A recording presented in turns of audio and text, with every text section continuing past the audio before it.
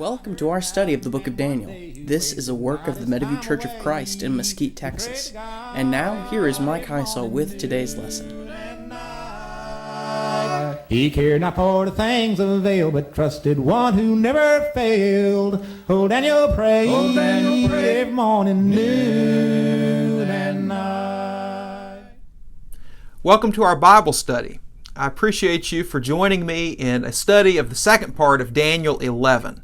Please open your Bibles to that passage, and we're going to look at verses 21 through 45 today. Need to review just a little bit with you. If you recall, Daniel 11 is not a standalone chapter. It's a part of a larger section that is comprised of chapters 10, 11, and 12. And this section is the last dated material in the book of Daniel. It dates to about 536 BC. And the crisis that has brought Daniel chapters 10, 11, and 12 about is this. The first group of Jews has returned to Jerusalem and Palestine, and they've begun to rebuild the temple, but they've encountered opposition, and construction on the temple has stopped. And so that causes Daniel to wonder what's going on. And so he fasts and he prays to God and he seeks some guidance as to what exactly is going on. And 3 weeks into his fast, an angel comes to Daniel. And the angel will reveal to Daniel that there is more opposition and more persecution that the Jews are going to face in the future. In fact, he's going to look forward to a time when the rulership of the Jewish people will fall to one of the Greek empires, to the Seleucid Empire, and as we're going to see from the section we'll study today, most notably it will fall to Antiochus IV Epiphanes, and he will persecute the Jews in a way that is unlike anything that they've experienced before. It will be a time of great and terrible religious persecution. Now, Daniel 11, 21 through 45 is parallel with what we studied several weeks back in Daniel 8, verses 9 and following. If you remember in that passage, we saw Daniel had a vision of a ram that went to battle with a he-goat, and that he-goat with its notable horn between its eyes defeated the ram, and that referred to Alexander the Great's defeat of the Medo-Persian Empire. But then that notable horn was shattered, that referred to the untimely death of Alexander the Great, and in its place 4 horns came up. That is, his kingdom was divided up among his 4 generals, and then out of one of those 4 horns came a little horn. But it grew and grew and grew until this he-goat standing on the earth with that huge horn is able to knock stars out of the sky. And it referred to Antiochus IV Epiphanes and his persecution of the Jews. And we talked about that when we studied Daniel 8. We read passages from the book of 1 Maccabees. Well, that's going to be the same material that's being foretold in Daniel chapter 11. Now, as we go through Daniel 11, a great emphasis is given to time and to determined times. Let me point out a few examples of this. Verse 24 of Daniel 11, end of the verse, but only for a time. Verse 27, end of the verse, an end will still come at the appointed time. Verse 29, at the appointed time. Verse 35, end of the verse, until the time of the end, for it will still come at the appointed time. Verse 36, until the time of wrath is completed. Verse 40, at the time of the end. Chapter 12, verse 1, at that time. And remember, the vision proper goes from 11:2 through 12:4. Now, we're going to stop at verse 45 today just because of the amount of material that we have to cover, but the vision proper will go through 12:4. So, all of this emphasis to the appointed time. Now, as the Jews were experiencing what Daniel is going to foretell, it's going to seem like God is totally out of control because Antiochus IV Epiphanes is going to be persecuting the Jews, encouraging them to rebel against God. And so it looks like God is nowhere to be found, but not so. God is in control. And we're going to see as we go through here that God will allow Antiochus for Epiphanes to persecute the Jews because of the Jews' sinfulness. And this is a way that God will chastise the Jews to turn them back to Himself. And so God will only allow Antiochus to succeed for a period of time until his desired result is achieved among the Jews. Now remember what we saw back in chapter 10 and verse 21. What the angel is revealing to Daniel is what's found written in the book of truth. So this book of truth is God's plan for the future. It's His foreknowledge of what's going to happen. And so that's why deeper into Daniel 11 we see this great emphasis to the appointed time, because God is in control. All right, so with all of that in mind, let's go ahead and begin our verse-by-verse study through Daniel 11, 21 to 45. Now, but do let me say a few words before we do that. I'm going to have to be careful in how much I say, just because we have a lot of material, but I do want to read some from the books of 1st and 2nd Maccabees. Now, these are apocryphal books. They're not inspired scripture. I believe that Daniel is writing about the events that 1st and 2nd Maccabees record.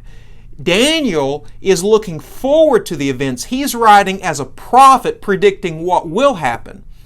The writer of 1st and the writer of 2nd Maccabees is writing after the fact.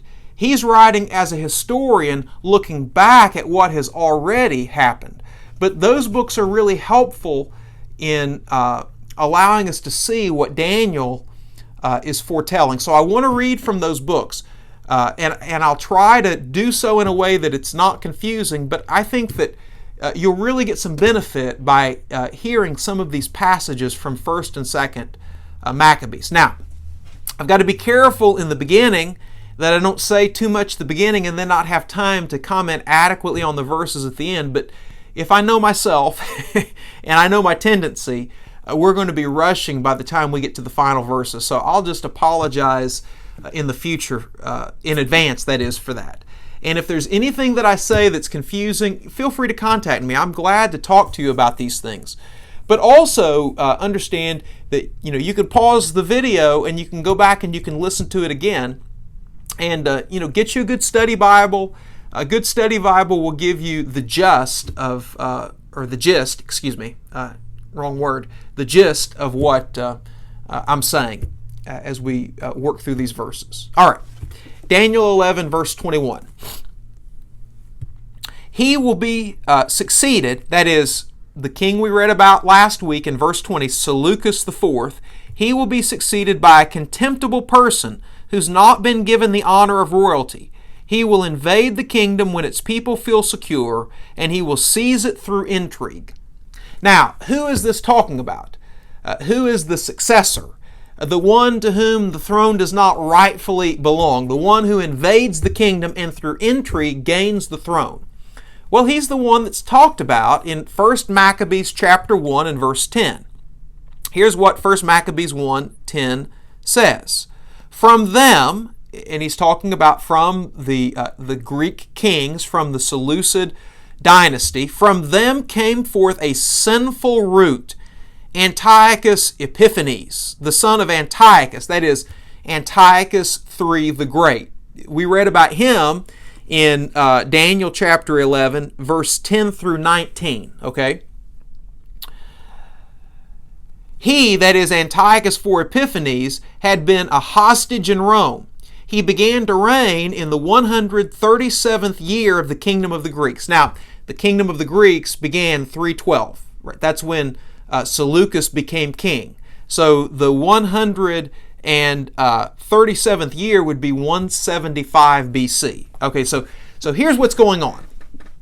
Antiochus III the Great was king. Antiochus III the Great had two sons. His oldest son was Seleucus IV. His youngest son was Antiochus IV Epiphanes. Antiochus III the Great, as we read about last week, fought against the Romans and was defeated at the Battle of Magnesia. And a part of the peace treaty was that he had to send hostages to Rome. And one of the hostages that he sent to Rome, that is to guarantee his loyalty to the covenant, was his youngest son, Antiochus IV Epiphanes. All right, so when Antiochus III the Great died, his oldest son, Seleucus IV, became king. Now, Seleucus had two sons.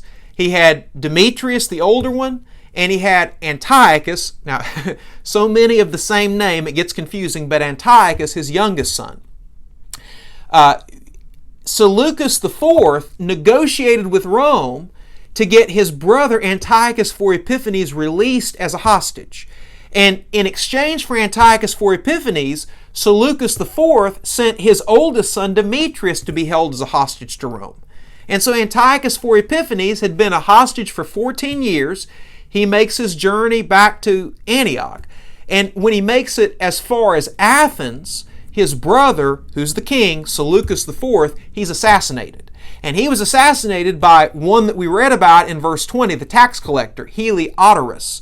Heliodorus poisoned Seleucus IV. All right, now, at that point in time, the one who should be king would be Seleucus IV's youngest son, Antiochus, or Demetrius, the oldest son. But he's a hostage in Rome. But rather, Antiochus IV the Great doesn't deserve to be king. He weasels his way in, and through intrigue, he becomes the king. And for a period of time, for about 6 years, from 175 to 169, he's considered a co-regent with his nephew, with Antiochus, the youngest son of the former king, Seleucus IV. But then Antiochus is killed. And, I mean, you know, Antiochus IV the Great was all involved in that, his intrigue. So that's how he gains the throne, by intrigue. And he's a contemptible person because notice what he's called. You know, 1 Maccabees 1:10 says he's Antiochus Epiphanes. Epiphanes means manifest, and contextually it means God manifest. Antiochus IV Epiphanes viewed himself as God incarnate. Now, he was contemptible. People nicknamed him Epimanes. Now, the difference between Epiphanes and Epimanes in Greek is just one letter. It's the difference between a phi in Epiphanes, you know, it's pronounced with a PH, and the mu in Epimanes pronounced as an M. Epiphanes means God manifest, but he was such a contemptible person, the Jews called him Epimanes, that is, madman. And truly he was a madman. All right. Moving on, verses 22 through 24, let me just say at the outset that these verses are difficult, and there's no agreement as to what exactly they're talking about. Some think that it's talking about Antiochus' struggle with Egypt. Some people think that it's Antiochus' struggle there in Antioch. Some people think that it's Antiochus' struggle against the Jews. And there's just a little bit of diversity over what exactly is being talked about. Some people think that it's just a summary statement concerning, you know, characteristics of Antiochus' reign as a whole. So, you know, you might look at a study Bible to get some idea. However, study Bibles often observe the Passover with these verses because they are so difficult. So you might have to get into a more detailed commentary to get your options. But verse 22, then an overwhelming army will be swept away before him. Both it and the prince of the covenant will be destroyed. So some people think this overwhelming army is the army in Egypt where Ptolemy VI is king. Other people think that this is resistance against Antiochus in Syria. Other people think that it's a reference to resistance among the Jews. The Prince of the Covenant, again, there's a couple of different options that have been given for that. Some people have actually thought that it's a reference to Antiochus, Antiochus IV Epiphanes' nephew, the rightful king. Some people think that that's what it's a reference to. Other people think that it's a reference to Ptolemy VI, who also is Antiochus IV Epiphanes' nephew, who's the king in Egypt. Other people think that it's a reference to Onias III, the Jewish high priest. And that's probably the most commonly held opinion. You see, Onias III was the rightful high priest in Jerusalem. He was a faithful man who wanted the Jews to follow the Jewish religion faithfully. But his younger brother Jason went to Antiochus for Epiphanes and said, hey, if you'll depose my brother from the high priesthood, and if you'll make me high priest, I will turn them away from Judaism, and I will encourage them to be Hellenized. I will encourage them to follow the ways of the Greek way of life. And that's what Antiochus wanted for the unity of his empire. He wanted everybody to follow the Greek customs. And he says, in addition to that, that is, Jason says to Antiochus, hey, I'll give you a lot of tribute if you will make me high priest. So Antiochus for Epiphanes agrees. Now Onias will actually be murdered in 171 BC after having been deposed from the priesthood. But even Jason, after he becomes high priest in about 175, he later is deposed because another comes along by the name of Menelaus. Now, Menelaus definitely doesn't deserve to be high priest because he's a Benjamite. Remember, high priests were to come, Book of Exodus, chapter 28 and 29, they were to come from among the tribe of Levi, from among the sons of Aaron. But Menelaus is a Benjamite. That's the tribe that King Saul was from. And you remember when Saul, a Benjamite, tried to offer sacrifice, he was condemned, 1 Samuel 13. So no Benjamite has a right to be high priest. But Menelaus says, hey, listen, Antiochus, if you'll make me high priest, I'll do an even better job enforcing the Greek way of life, and I'll pay you even more tribute. And so now Jason is deposed and Menelaus becomes high priest. Now, keep some of that in mind, because that will be relevant when we get a little bit deeper into Daniel chapter 11. Verse 23, after coming to an agreement with him, and not exactly sure who that is, he will act deceitfully, and with only a few people he will rise to power. So, not sure if that's coming to an agreement with Jason, not sure if that's coming to an agreement with Ptolemy VI. What is clear is that, number one, Antiochus is a deceitful person. He breaks agreements that he makes, and Antiochus, with a small group of people, does rise to power. That all is very true. Verse 24, when the richest provinces feel secure, he, Antiochus, will invade them and will achieve what neither his fathers nor his forefathers did. He will distribute plunder, loot, and wealth among his followers. He will plot the overthrow of fortresses, but only for a time. Now, what is very clear is that Antiochus did have a nasty habit of going and invading fortresses and invading temples and plundering them so that he could fill his coffers with money to wage his wars. And he did distribute gifts more lavishly than any of the former kings had done to those who would follow after him. He would buy people's loyalty. In fact, just consider this passage from 1 Maccabees 3. And again, I try to be careful how much I read from Maccabees, because there's so much that does correspond to this and will help us understand Daniel 11 more, but we got a lot of material to cover, but I think this will be helpful. 1 Maccabees 3, verses 30 and 31. He, that is Antiochus, feared that he might not have such funds as he had before for his expenses, and for the gifts that he used to give more lavishly than preceding kings. You see, just like is said in verse 24 of Daniel 11. He was greatly perplexed in mind. Then he determined to go to Persia and collect revenues from those regions and to raise a large fund. In fact, when he died, he was in Persia in the process of raiding temples. So what Daniel foretold was certainly true concerning Antiochus. Okay, now verses 25 to 28, there is agreement over exactly what's being talked about here among scholars. Antiochus will make a raid into Egypt, and that's what's being described here. Okay, so let's back up a little bit and let me give you a little bit of background. And we talked about some of this stuff last week.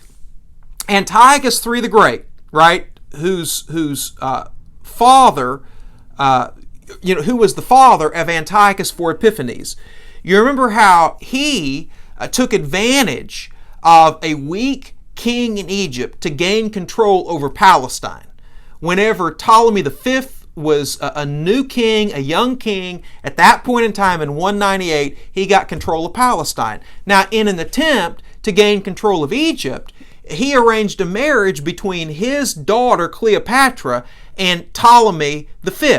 Now, Cleopatra was the sister of Antiochus IV Epiphanes. Okay, now it didn't work out as Antiochus III the Great had hoped, because Cleopatra loved her husband and was loyal to him.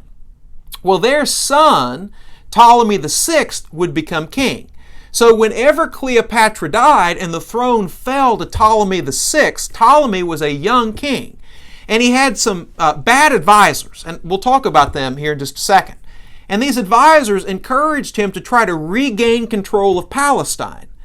And so as he's working to regain control of Palestine, that stirs up the anger of his uncle, who is Antiochus IV Epiphanes, the king in Syria. So Antiochus IV Epiphanes comes and attacks Ptolemy in Egypt, and he's very successful in doing that. So verse 25, with a large army, he, that is Antiochus IV Epiphanes, will stir up his strength and courage against the king of the south, that is Ptolemy VI. The king of the south will wage war with a large and very powerful army, but he will not be able to stand because of the plots devised against him. Now, the plots devised against him seem to be those of his advisors. Okay, they give him bad advice, and he's defeated as a result of it. And these advisors, apparently want him out of the way. Verse 26, those who eat from the king's provisions. Now, the king, again, this is Ptolemy VI. Those who eat from his provisions are his advisors. Eulaeus and Linnaeus will try to destroy him. His army will be swept away, and many will fall in battle. That is, they will fall in battle because Ptolemy is getting bad advice from his advisors, and Antiochus' army will come in and be very successful, will capture multiple cities, and actually will capture Ptolemy VI himself, and will hold him as a hostage. And while Ptolemy VI is being held as a hostage, the Jews in northern Egypt, in Alexandria, they will put Ptolemy's brother on the throne. And Ptolemy's brother is also named Ptolemy. What was that? Was it the Bob Newhart show where you had two brothers by the same name? I can't remember the brother's name. Anyway, you might remember. Anyway, so you got two brothers with the same name. So they put his brother Ptolemy VIII on the throne. And so verse 27, the two kings, now the two kings here refer to Antiochus IV Epiphanes and Ptolemy VI, after Ptolemy has been defeated and he's a hostage of Antiochus IV Epiphanes. The two kings, with their heart bent on evil, will sit at the same table and lie to each other, but to no avail, because an end will still come at the appointed time. Now here's the thing. Ptolemy VI is defeated by Antiochus, and now Ptolemy VIII is ruling in Alexandria, so they enter into a treaty, right? And so Ptolemy VI pledges his loyalty to Antiochus IV, and Antiochus, promises to help him out, and they're going to work together to get Ptolemy VIII off the throne. Now, in reality, Antiochus IV, he wants full control over Egypt, so he doesn't have good intentions. And in reality, Ptolemy VI wants control over Egypt, so he doesn't have good intentions. So they're going to be lying to one another, but in an attempt to get rid of Ptolemy VIII, they enter into this agreement. Now, in reality, when Antiochus leaves, Ptolemy VI will break his agreement with Antiochus and will join in with his brother Ptolemy VIII, and they'll be co-regents of Egypt. Okay, but anyway, let's pick up in verse 28. Lots of names. I know this gets confusing. Verse 28. The king of the north, Antiochus, will return to his own country. That is, he'll head back to Antioch with great wealth, because this has been a successful raid of Egypt. But his heart will be set against the Holy Covenant. He will take action against it and return to his own country. So remember, he controls Palestine. The Holy Covenant refers to that covenant of God with the Jews, found in Exodus, Leviticus, Numbers, and Deuteronomy. So what's meant here? He'll set his heart against the Holy Covenant. Well, on his way back to Antioch, when he comes to Jerusalem, he'll go in and he'll plunder the temple, it seems, in an attempt to get money to fund his wars, because war is expensive. And so this is spoken of in 1 Maccabees chapter 1. Let me read a few verses here. 1 Maccabees 1, I'm going to read verses 20 through 24. After subduing Egypt, so that's what we read about in verses 25 through 27 of Daniel chapter 11, Antiochus returned in the 143rd year. Well, that's 169 BC. That is, he's returning to Antioch.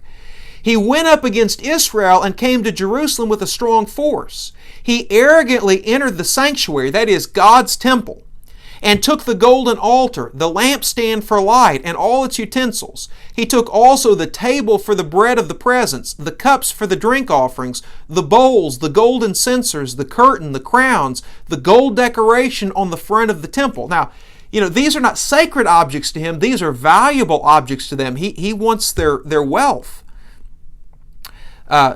He stripped it all off. He took the silver and the gold and the costly vessels. He took also hidden treasures that he found.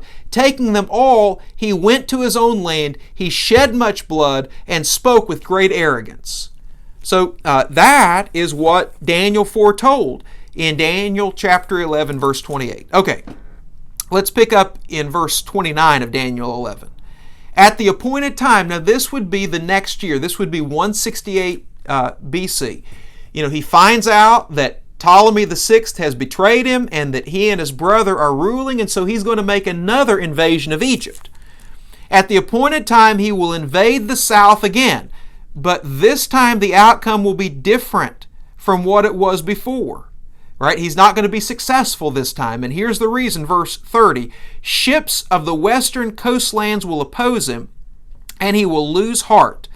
Now let me just stop right there in the middle of verse 30 and comment as to what the ships of the western coastlands has reference to.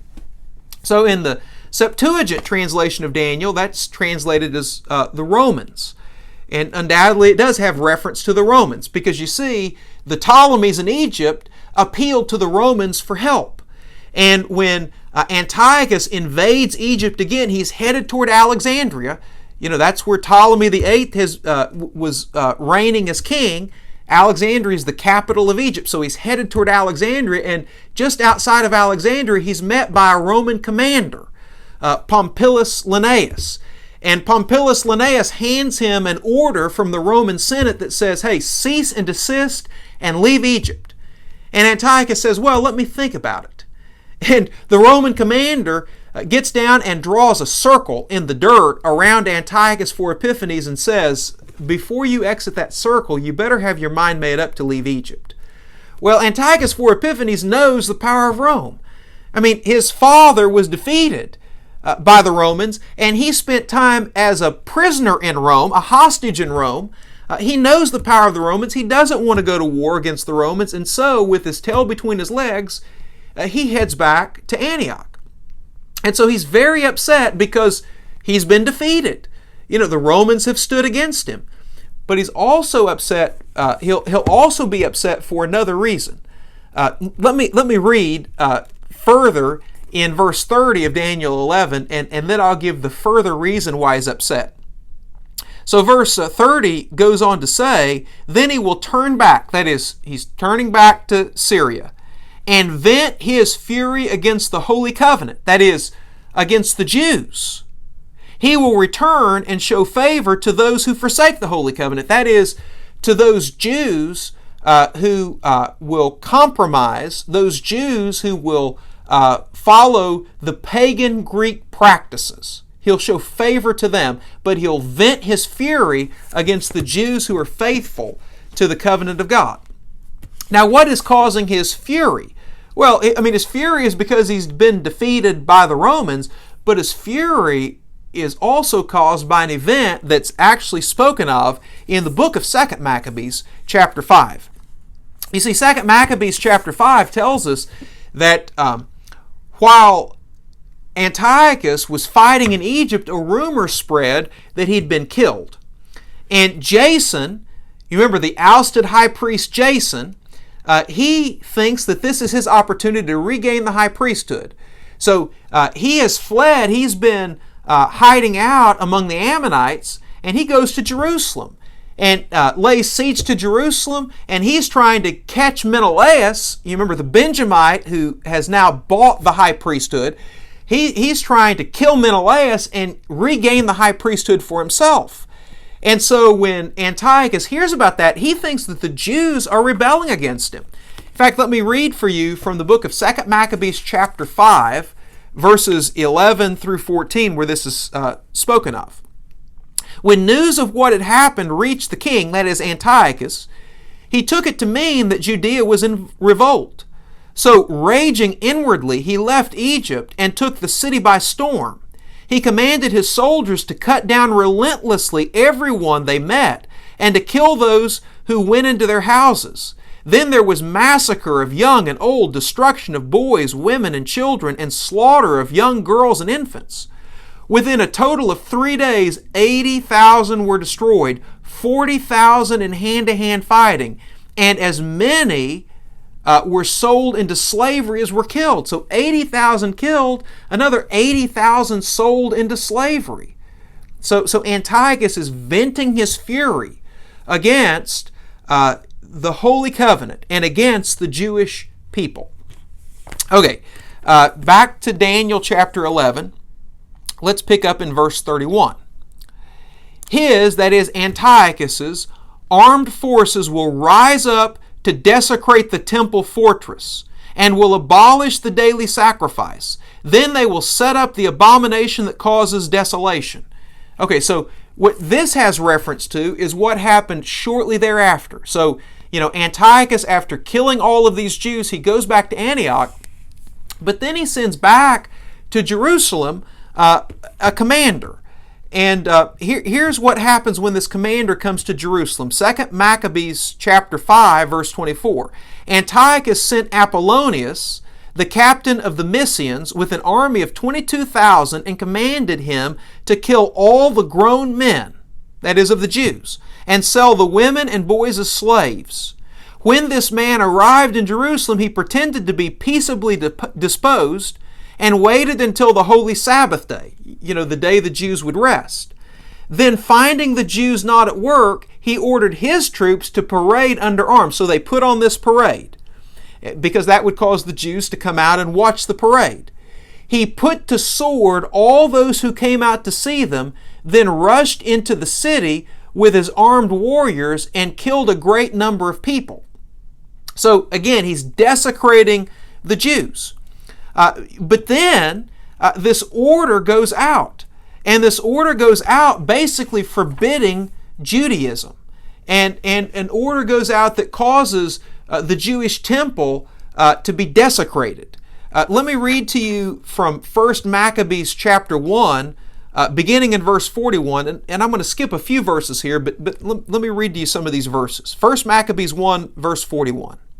Then the king wrote, that is, King Antiochus, to his whole kingdom, that all should be one people, right? So all should be united, and that all should give up their particular customs.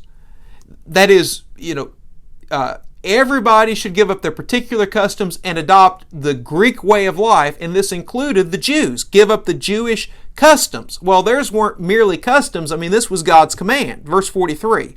All the Gentiles accepted the command of the king.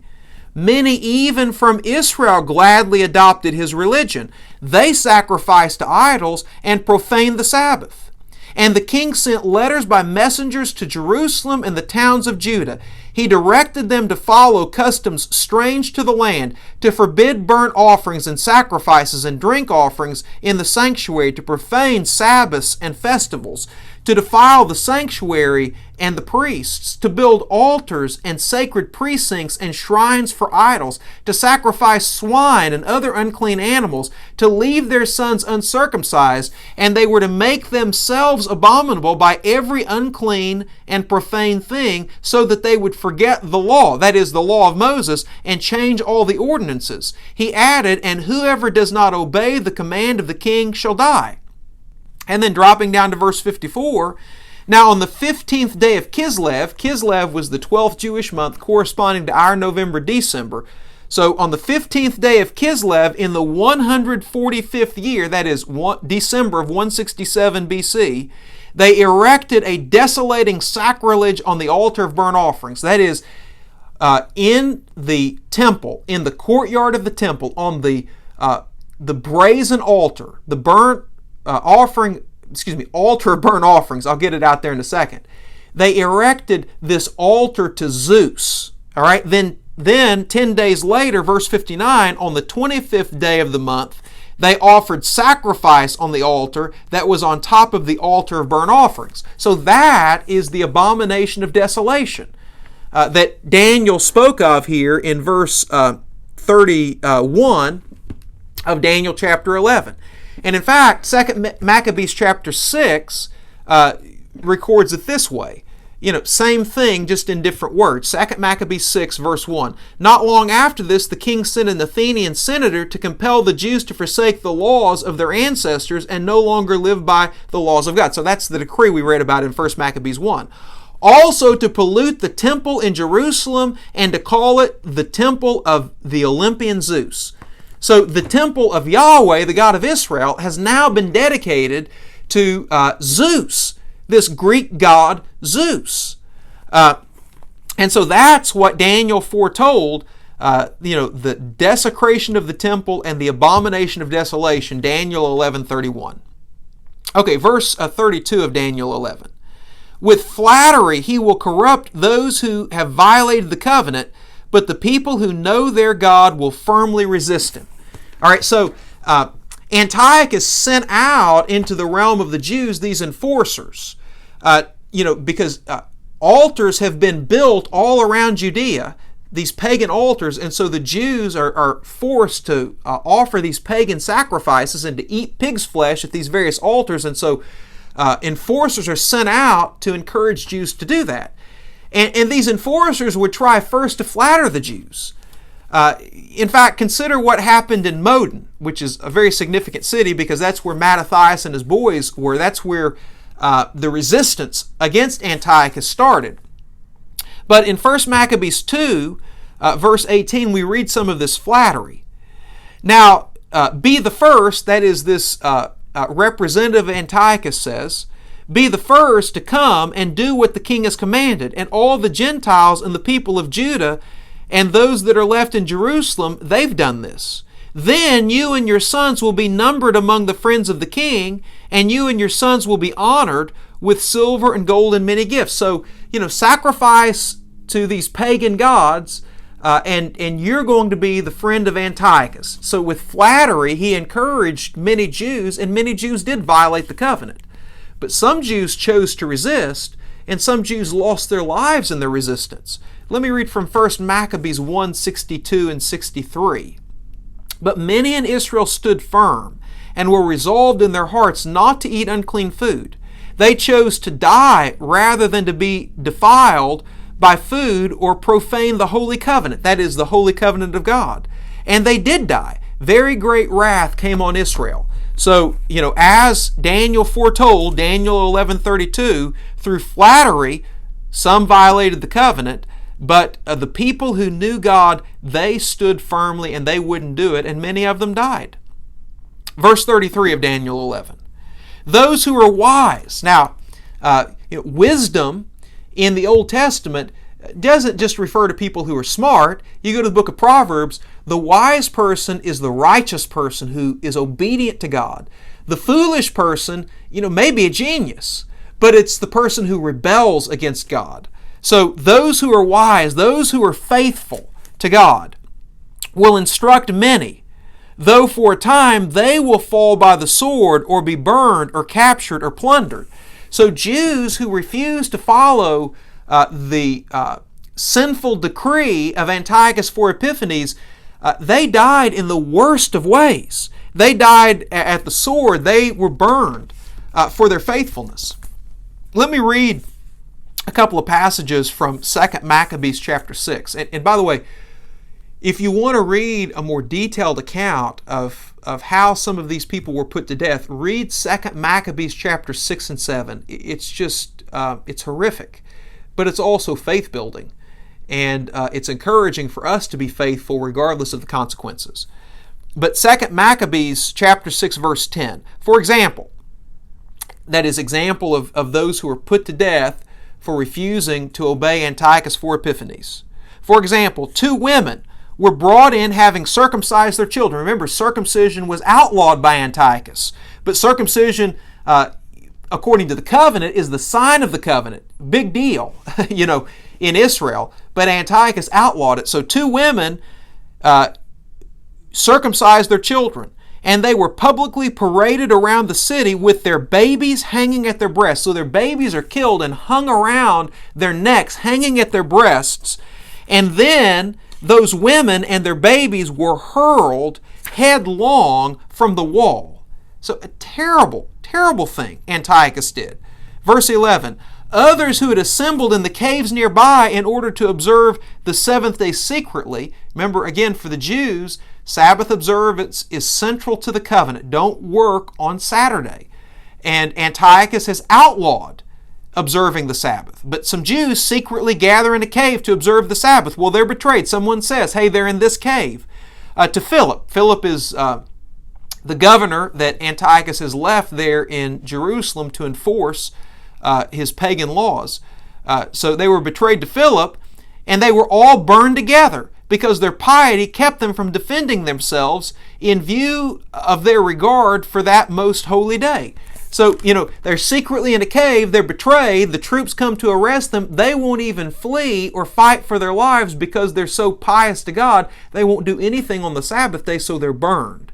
So what Daniel foretold here in Daniel 11:33, certainly was fulfilled. Verse 34, when they fall, they will receive a little help, and many who are not sincere will join them.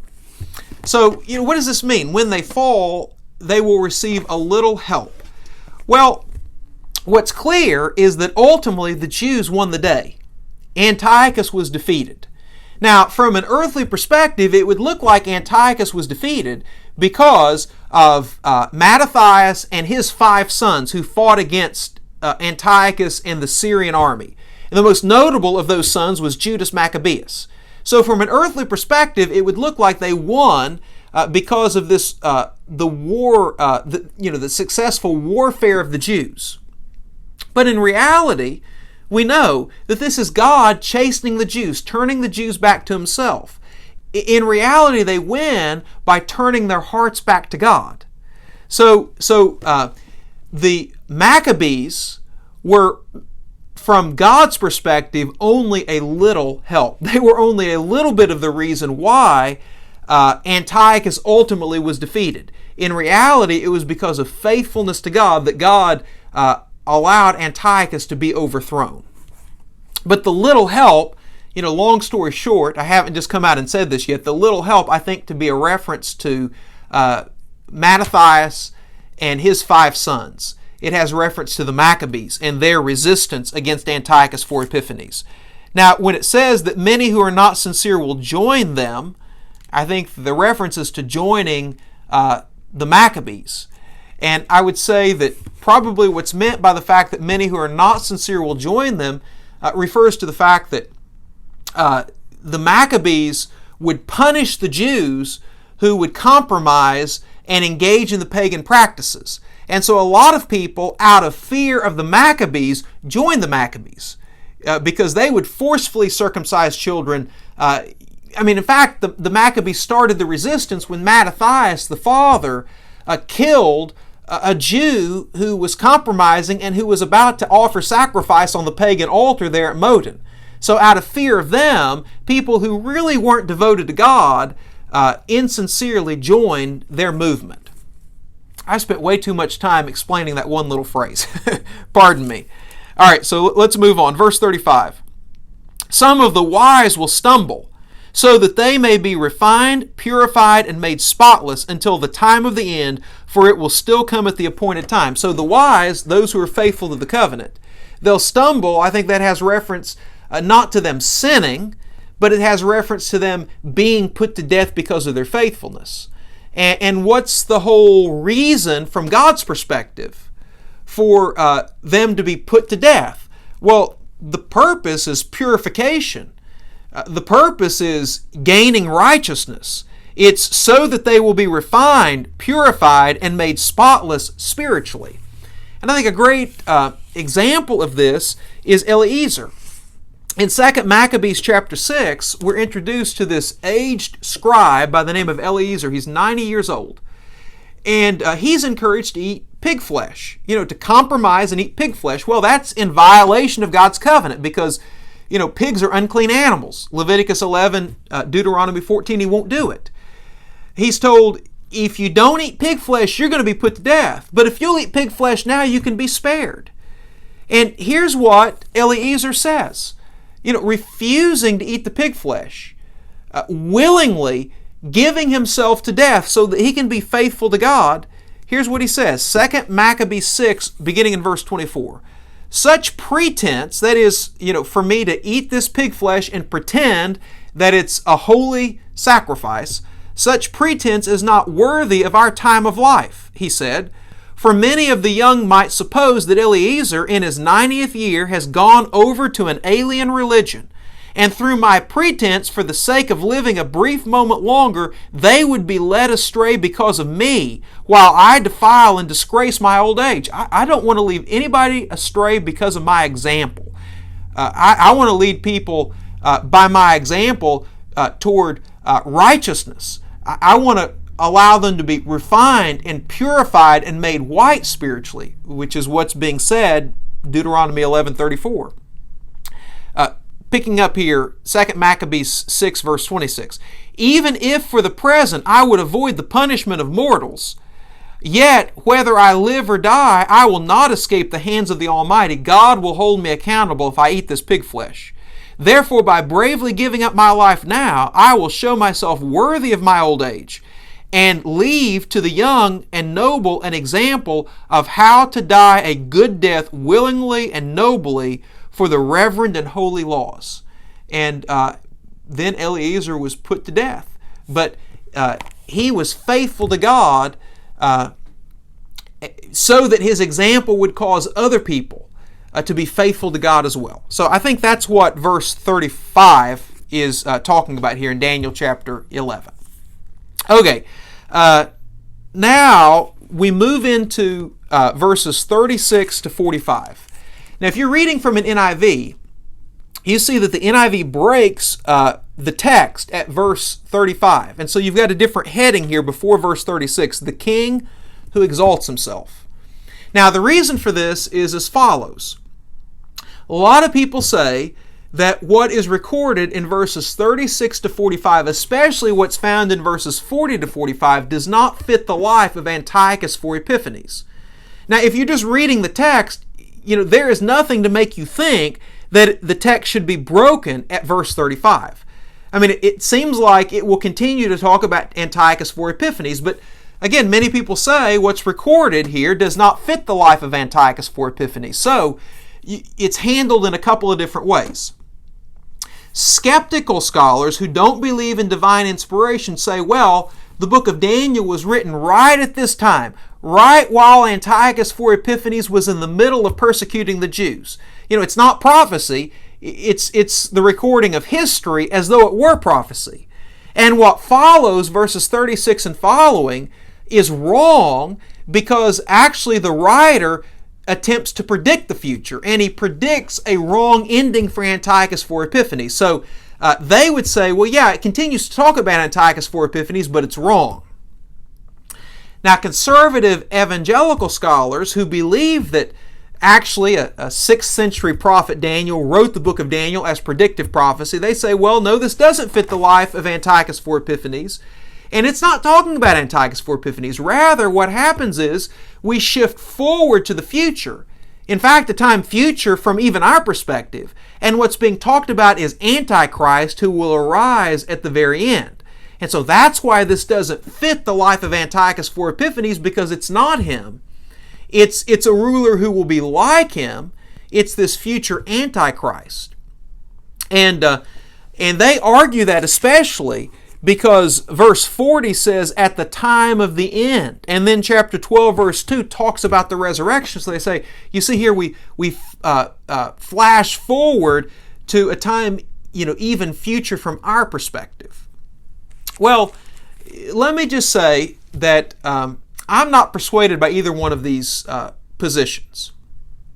So, number one, I'm not persuaded that what occurs in verses 36 to 45 doesn't fit Antiochus IV Epiphanes' life. Now, they say it doesn't fit his life because verses 40 to 45 records what appears to be a third campaign against Egypt, and there's no historical record of Antiochus making a third campaign against Egypt, and then verse 45 records Antiochus IV Epiphanes dying in Palestine, but history says that he died in Persia. So that's why they say it doesn't fit Antiochus IV Epiphanes' life. Well, I'm not persuaded by that, because what I do see in Daniel, even in Daniel 11, that sometimes there are summaries. For instance, Daniel 11 verse 10 telescopes events that took place over a period of about 10 years, and Daniel 11 verse 10 summarizes in part an event that would be recorded in detail in the verses that followed. So you do see a little bit of summarizing. And so it seems to me possible and likely that verses 40 to 45 is not recording a third campaign of Antiochus into Egypt, but rather it is summarizing Antiochus' two campaigns into Egypt. So that would be the first thing. And in the second place, if you read verse 45 really closely, it doesn't say that Antiochus died in Palestine. It doesn't say that at all. It says that he died, but it doesn't say where he died. And so, I'm not persuaded by the case that this does not fit Antiochus IV Epiphanes' life. Now, concerning the notion that this is talking about Antichrist, now some of these points I'll address when we actually get into the verses, though, as I predicted, I'm going to have to fly through them. The whole doctrine of Antichrist comes from multiple passages. Daniel 11, in the New Testament, 2 Thessalonians 2, 1 John chapter 2, the book of Revelation. But I'm not convinced that any of those are talking about an Antichrist that is future, totally future from our day. Revelation is clearly talking about the Roman emperor who persecuted the church in the early centuries. 1 John, read it closely, 1 John 2:18 and following, that's talking about antichrists who were present when John was writing that, into the first century. You go to the book of 2 Thessalonians, that's a little bit harder passage, but I kind of agree with the Protestant reformers. I agree with what's written in the preface of the King James Version. I think a strong case can be made that the man of sin, the son of perdition of 2 Thessalonians 2 is a reference to the papacy, to the Pope of Rome. Now, I don't have time to defend that, but I think that a strong case can be made for that. And I certainly don't think that a strong case can be made that Daniel 11 is talking about a future Antichrist. Okay, so let's get into these verses, and I'll give you some further reasons why in Daniel 11 I don't think this is a future Antichrist. Okay, picking up in verse 36. The king, Antiochus IV Epiphanes, will do as he pleases. He will exalt and magnify himself above every god and will say unheard of things against the God of gods. He will be successful until the time of wrath is completed, for what has been determined must take place. Right, so Antiochus IV Epiphanes certainly did do as he pleased as it related to persecuting the Jews. Let me read to you from the book of 2 Maccabees, chapter 5, a statement that's made after Antiochus IV Epiphanes makes that second raid on Jerusalem. Here's what it says. 2 Maccabees 5:21. So Antiochus carried off 1,800 talents from the temple, that is, God's temple in Jerusalem, and hurried away to Antioch, thinking in his arrogance that he could sail on the land and walk on the sea because his mind was elated. That's sail on the land and walk on the sea. Well, you sail on the sea and you walk on the land, but he thought he could do anything that he wanted against God's holy covenant. I think that's what's being talked about. He certainly magnified himself against the God of gods. He was successful. Okay, verse 37. He will show no regard for the gods of his ancestors or for the one desired by women, nor will he regard any god, but he will exalt himself above them. Well, the traditional god worshipped by the Seleucids was Apollo. He didn't worship Apollo. And the one desired by women was Adonis. He didn't worship Adonis. Rather, he exalted himself above every god because, remember, he calls himself Antiochus Epiphanes. Antiochus, God manifest. He thought he was God in the flesh. Verse 38. Instead of them, that is, instead of Apollo and Adonis, he will honor a god of fortresses, a god unknown to his ancestors. He will honor with gold and silver and precious stones and costly gifts. He did promote the worship of the god Zeus. And Zeus was a war god. You remember the Jerusalem temple was dedicated to Zeus Olympus. So that's what's being referred to in verse 38. Verse 39, he will attack the mightiest fortresses with the help of a foreign god, and he will greatly honor those who acknowledge him. He will make them rulers over many people and will distribute the land at a price. I don't have time to read this passage from Maccabees, but you might look at 1 Maccabees chapter 3, and there you see as Antiochus gives direction to those who ruled under him to wage war against the Jews. He says, defeat the Jews and give the land to those who were faithful to Antiochus. So you see this verse fulfilled in that. Okay, sorry, I've got to rush. Verse 40. At the time of the end, the king of the south will engage him in battle, and the king of the north will storm out against him with chariots and cavalry and a great fleet of ships. He will invade many countries and sweep through them like a flood. Now, those who argue this is Antichrist place great weight on the phrase at the time of the end. And they think it must be the time right before the very end. But remember what we said, Daniel chapter 8 verses 9 and following speaks of this very same period of time. Everybody agrees Daniel 8, 9 and following is talking about Antiochus for Epiphanes. And do you know what that time is designated as in Daniel 8 verse 17? It's designated into the verse, the time of the end. So the time of the end in Daniel clearly does not demand that it be the time right before the very end. Daniel 8 describes the time of Antiochus for Epiphanes' persecution of the Jews as the time of the end. It was a great distance off from Daniel's time as he's writing in the 6th century. Okay, I'll comment on the relationship between that and Daniel 12:2, the resurrection, next week. But I'll have to leave it there. Furthermore, I don't think that you can possibly say this has reference to a future Antichrist, future from our perspective, because notice, the king of the north will fight against the king of the south with what sort of weapons? With chariots and cavalry and a great fleet of ships. Chariots and cavalry? Really, a future Antichrist will wage war with chariots and cavalry? We've got far greater weapons than that. We've got nuclear weapons. We've got jets. We've got tanks. We don't need chariots and cavalry. By the way, it's not Calvary, it's cavalry. Calvary is where Jesus died. Cavalry is mounted troops. But this can't be a reference to a future Antichrist. Again, it's just a retelling of Antiochus' war against Ptolemy in Egypt.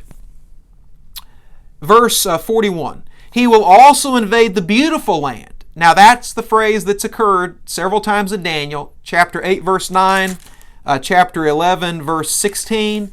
It's the promised land. It's the land of milk and honey. It's Palestine. He will invade the beautiful land, and we've seen that. So again, this is just a recapitulation of what he's done. Many countries will fall, and certainly many countries did fall, especially in the east. Anyway. But Edom, Moab, and the leaders of Ammon will be delivered from his hand. By the way, this can't be a reference to a future Antichrist because Edom, Moab, and Ammon are no longer in existence. Nobody can identify the peoples of Edom, Moab, and Ammon. They've ceased to be people groups. But we do know that Antiochus spared Edom, Moab, and Ammon because they were in league with him. They cooperated. They compromised. And in fact, 1 Maccabees chapter 5, Judas Maccabeus goes to war explicitly against Edom and Ammon. Verse 42, he will extend his power over many countries, that is, Antiochus IV Epiphanes will. Egypt will not escape, and it didn't. He will gain control of the treasures of gold and silver and all the riches of Egypt with the Libyans. The Libyans were to the west of Egypt. And the Cushites, Ethiopians, to the south of Egypt, in submission. But reports from the east and the north will alarm him, and he will set out in a great rage and destroy and annihilate many. As he was waging war against the Jews, he didn't fight it personally. Again, reports did trouble him from the east, and he went to the east. He died in the east, and he left his troops to fight against the Jews.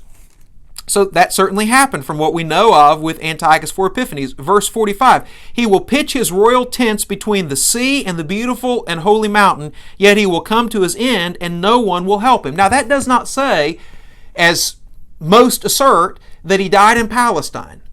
It says his royal tents will be in Palestine. And his royal tents were in Palestine as his soldiers fought against the Jews. He had a garrison of troops in Jerusalem that were fighting against the Jews. And of course his armies in their tents were stationed various places in Palestine fighting against the Jews. And so that's what it has reference to. But the text just says, yet he will come to his end and no one will help him. It doesn't say where he would come to his end. But the book of 1 Maccabees chapter 6 tells us that when he heard of the fact that Judas Maccabeus had been victorious and had rededicated the temple and purified the temple, that report so troubled Antiochus IV Epiphanes that he got sick and he died. He died in Persia. And so, in my mind, this is perfectly harmonious with what we know of from the life of Antiochus IV Epiphanes. Well, I wish I could say some words of the application, but we'll save that for next week. Thankfully, Daniel 12 just has 13 verses in it. So we'll do those 13 verses and then, make some points of application. Well, thank you for your patience. And again, if you have questions, please feel free to contact me anytime about them. God bless you. We thank you for taking the time to worship with us and to study a portion of God's Word. We pray that this has been an edifying experience and that you would join us again. Now, if at any point during the lesson you had some questions, please feel free to email us at mhisal@metaview.org. The email is both on the screen and in the description below. It is our goal to answer every Bible question with a Bible answer, to speak where the Bible speaks, and to be silent where it is silent. God bless you. We love you.